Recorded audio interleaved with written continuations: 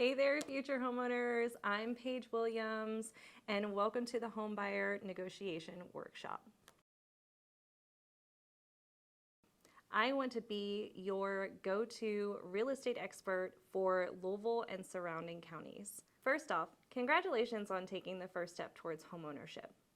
It's more than just a transaction. It's quite possibly the largest investment that you might ever make in your lifetime.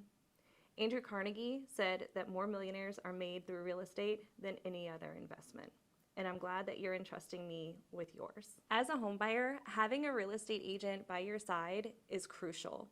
Not only do we help you navigate the contract process, we help you navigate the entire home buying process, and sometimes beyond, because we can always recommend a good contractor should you need one.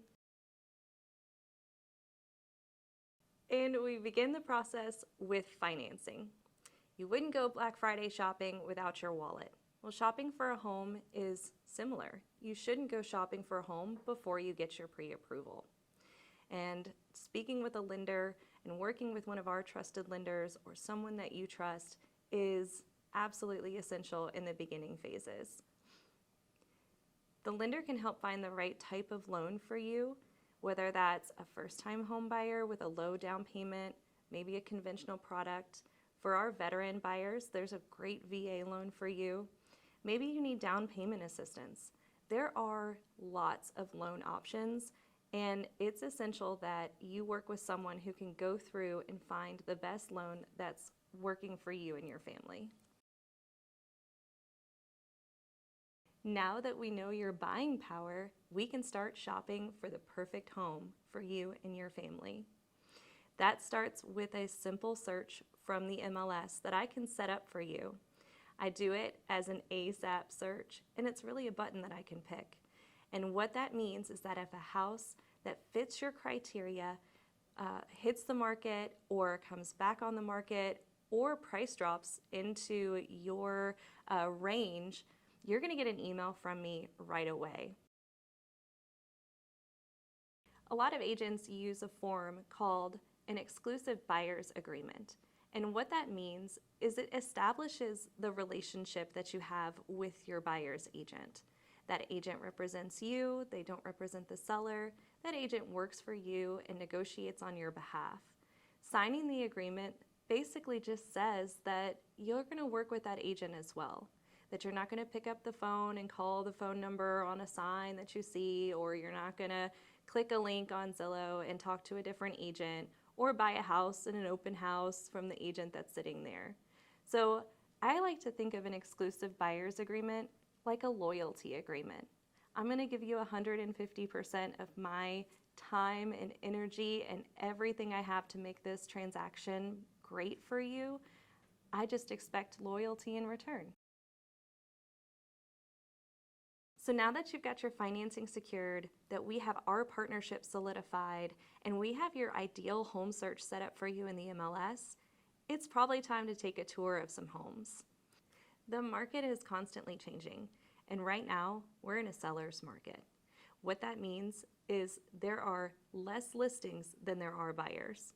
So when you see a home that is of interest to you, make sure that you get with your agent or with myself right away, and we go take a look as quickly as possible. You don't want to be waiting until an open house on a weekend if a house is listed earlier in the week, because you may miss out on that opportunity. Furthermore, you might be competing for that house with other home buyers. And if you're competing for a home, we've got some really great ways to make your offer stand out from all the rest of them. But remember, we move as fast or as slow as you need us to. If you're not ready to purchase a house today and your lease is up in a year, great, let's talk in a year. My team and I are not here to pressure you into making decisions faster than you're comfortable. Now, when you're taking a tour, please remember that the cameras might be on you. Those sellers most likely have a Ring doorbell and they're probably watching as we come in. It's important that you don't make fun of their furniture or their color choices. We don't want to do anything when we're touring a home that could hurt your negotiation position. So once we've found your ideal property and we write an offer, there are some things that we're going to need to know and put in that offer. First and foremost, what price are we offering? A lot of sellers will tell you that price is most important to them, but there are other things that could be important to the seller as well. Maybe they need some time to stay in the house after closing. Maybe they don't want to move their pool table. Maybe they want all of their appliances. These are things that myself, when I reach out to the listing agent, that I can learn what's most important to that seller, and then we can tailor our offer to try to as closely match it as we can. So we've talked about it being a seller's market, but what happens when there's no other offers on the property? Well, that's when you can rely on your agent to run efficient comps and help you put together an offer that makes sense, but we're also working to get you the best deal. As a buyer, the contract has several contingencies for you. The first and largest contingency is your financing contingency. Again, it's why we work with trusted partners in our lender field, and that way we know that your pre-approval is solid and we're not going to be surprised later down the road.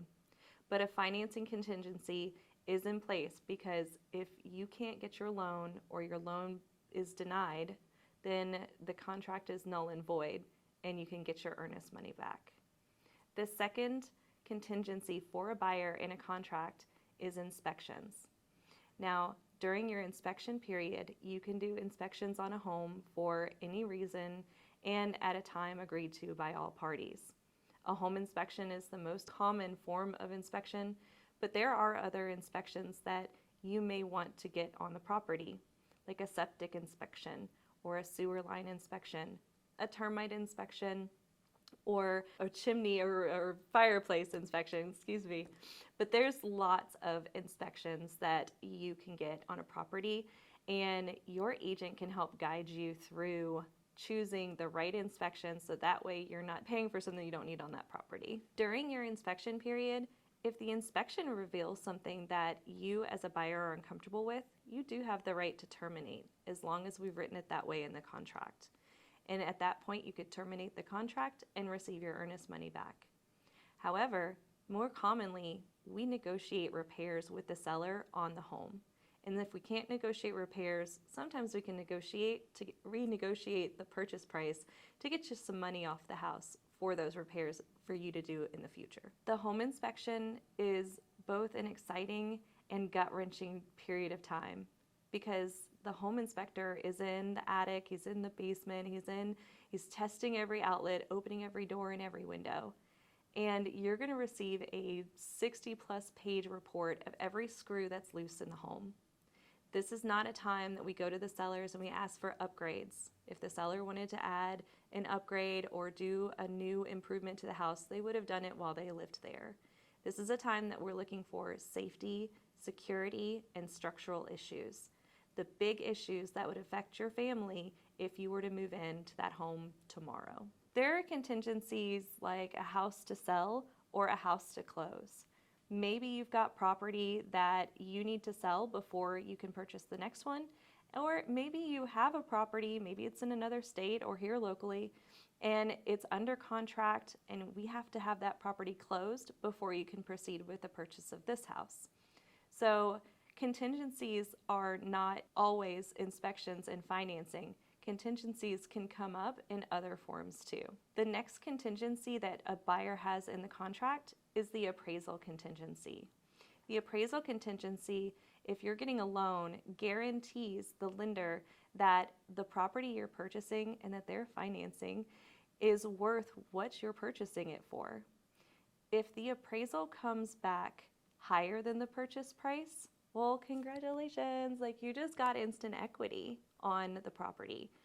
If the appraisal comes back lower than the purchase price, then we call that a short appraisal, and that is an opportunity for us to go back to the seller, potentially renegotiate the purchase price, or it's also the only opportunity in our contract for the seller to terminate a contract. So it's essential, again, that you have an agent that knows the contract, can operate within the guidelines of the contract, and can renegotiate the contract if these contingencies or if things come up like a short appraisal.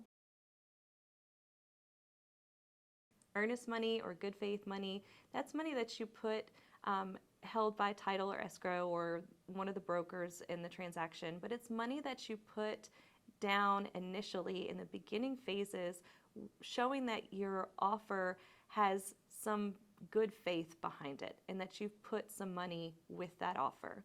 This is not your down payment. This actually will be credited back to you on the closing statement, but a lot of buyers forget that they have this small fee up front. But don't worry, you don't lose it. It's yours. It'll come back to you. And if some of those contingencies that we spoke on are exercised, then you can get your earnest money deposit back. We found the home of your dreams. We got an accepted contract. We made it through inspections. Your financing went flawlessly, which it doesn't always go flawlessly, but your financing is all in place. The appraisal came in great, and now it's time for closing. So what you can expect at closing is that you'll be sitting at a table, much like this table here, and the title attorney will be at one end.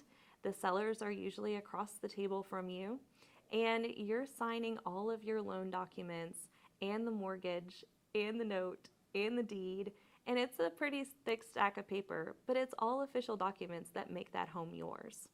The title company will then record the deed at the courthouse, and then it'll be public record that you purchased this house. Closing is also a little stressful because you'll be bringing funds for your down payment to closing. We never recommend that you'll wire those funds to closing. You should bring a certified check directly from your bank. It's more safe and secure, just trust me. At closing too, you'll also bring a copy of your photo ID. So early on in the process, go ahead and pull out your wallet and take a look, and don't be like me. The last thing I had to show my ID for, and it was expired. So make sure that your ID is current and valid. Congratulations, you did it. You bought a house. You have successfully taken the first step towards building financial wealth and generational wealth for your future. So congratulations, and how does it feel? Imagine if we were able to have that conversation right now.